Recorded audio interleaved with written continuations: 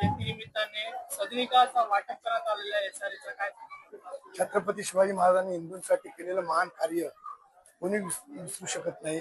म्हणून त्यांच्या आज पवित्र जयंती दिवशी आज माझ्या मतदारसंघामध्ये मागाठ आणि ओम साई कॉपरेटिव्ह सोसायटीच्या सदनिकात त्यांना वाटप करण्याचं काम करतो. छत्रपती शिवाजी महाराजांची घरं वाचवण्याचं काम केलं. मराठी माणसाला एक जागा देण्याचं काम केलं. जनतेचा राजा म्हणून रयतेचा राजा म्हणून त्याला बोललं जातं. त्या प्रकारे आम्ही सुद्धा आमच्या जनतेला जास्तीत जास्त सुविधा कशी आहेत त्यांची मुंबईमध्ये घर असणं हे त्यांचं स्वप्न असतं आणि ते आज त्यांना 300 स्क्वेअर फीटचं घर, बाथरूम, झोपडपट्टी होती त्याच्यामधून बाथरूम, बेडरूम, हॉल असं सुंदर असं घर, त्या घरामध्ये जाऊन आज सुखाने राहू शकतात. 24 तास पाणी असत ना त्याचे. जनतेमध्ये एक आनंदाचं वातावरण दिसून येत आहे. मात्र तुम्ही एक आवाहन देखील केलेलं आहे की घरं विकू नका.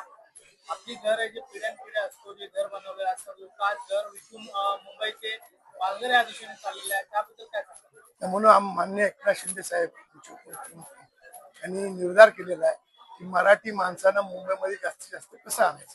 म्हणून तुम्ही बघत असाल 12,000 कामगारांनी त्यांनी घर दिली मुंबईमध्ये.